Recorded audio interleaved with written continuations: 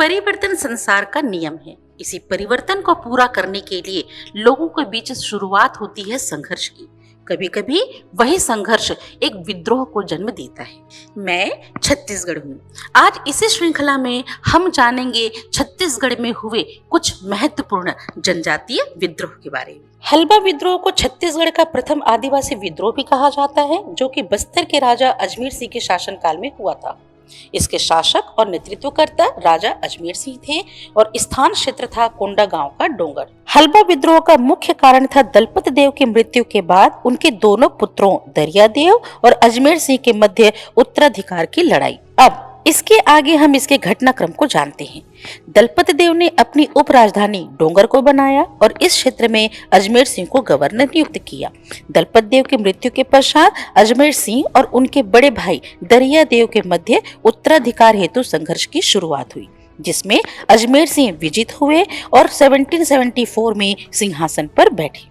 दरियादेव ने 1774 में डोंगर क्षेत्र में अजमेर सिंह के विरुद्ध आक्रमण कर दिया, किंतु दरियादेव युद्ध में पराजित हो गए और उन्होंने अपनी सेना शक्ति बढ़ाने के उद्देश्य से जयपुर नरेश विक्रम देव से मित्रता कर ली, क्योंकि विक्रम देव के मराठों और अंग्रेजों से अच्छे संबंध थे। दरियादेव ने विक्रम देव की सहायता से पुनः अजमेर सिंह पर आक्रमण किया और इस बार अजमेर सिंह को पराजित होना पड़ा। अजमेर सिंह हल्बा लोगों में लोकप्रिय थे। उन्होंने क्रोधित हल्बा लोगों को एकत्रित किया और दरियादेव के विरुद्ध हल्बा विद्रोह की शुरुआत की।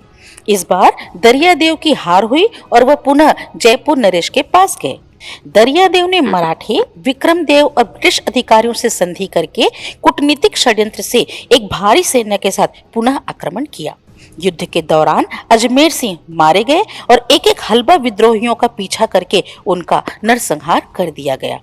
इस प्रकार हल्बा विद्रोह का दमन हो गया। इसका परिणाम क्या हुआ?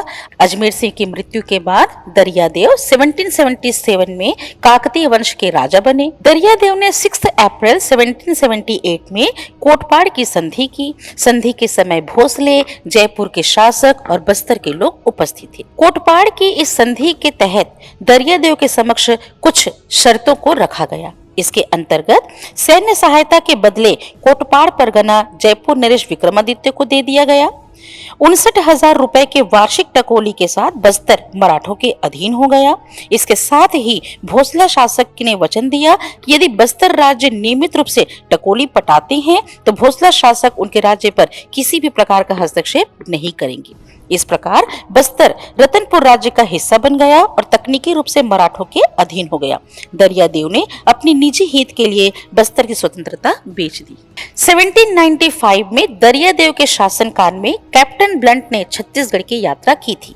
कैप्टन ब्लंट भोपालपट्टनम, जो बीजापुर के नाम से जाना जाता है, उसके जमींदार के पास जाना चाहते थे, लेकिन वहां के गोंड आदिवासियों ने कैप्टन ब्लंट को कांकेर में ही रोक दिया और अंदर जाने नहीं दिया और यहीं से एक नए संघर्ष की शुरुआत होती है, जिसे भोपालपट्टनम संघर्ष के नाम से जाना जाता है। 1795 में हुए भोपालपट्टनम संघर्ष, इसकी शुरुआत बीजापुर के भोपालपट्टनम से हुई थी। इस समय शासक थे दरियादेव। समय 13 अप्रैल से 28 अप्रैल 1795 थी। इसके नेतृत्वकर्ता थे गोंड आदिवासी। इस संघर्ष का उद्देश्य था अंग्रेज अधिकारी J.T. ब्लंट के बस्तर प्रवेश का विरोध। इस घटना की शुरुआत होती है अंग्रेज अधिकारी J.T. ब्लंट, जो 1795 में बस्तर में इंद्रावती नदी को पार करके भोपालपट्टनम के जमींदार से मिलने जा रहे थे, किंतु वहां के स्थानीय गोंड आदिवासियों ने कैप्टन ब्लंट को इंद्रावती को पार कर बस्तर में प्रवेश करने नहीं दिया। फलस्वरूप कैप्टन ब्लंट को वापस जाना पड़ा और 13 मई 1795 को वे रतनपुर पहुंचे। यह एक अल्पकालिक घटना थी जिसे भोपालपट्टनम संघर्ष के नाम से पहचान मिली। आज की इस श्रृंखला में हमने प्रथम आदिवासी विद्रोह हल्बा विद्रोह के बारे में जाना। तत्पश्चात हमने भोपालपट्टनम के संघर्ष के बारे में जाना। मैं छत्तीसगढ़ हूँ। इसी श्रृंखला के अगली कड़ी में हम जानेंगे छत्तीसगढ़ पर हुए कुछ अन्य महत्वपूर्ण जनजातीय विद्रोह के बारे में। मेरे साथ अब तक बने रहने के लिए मेरे सभी बच्चों को ढेर सारी शुभकामनाएं, ढेर सारा प्यार। Thank you so much. Love you and God bless you to all my बच्चा।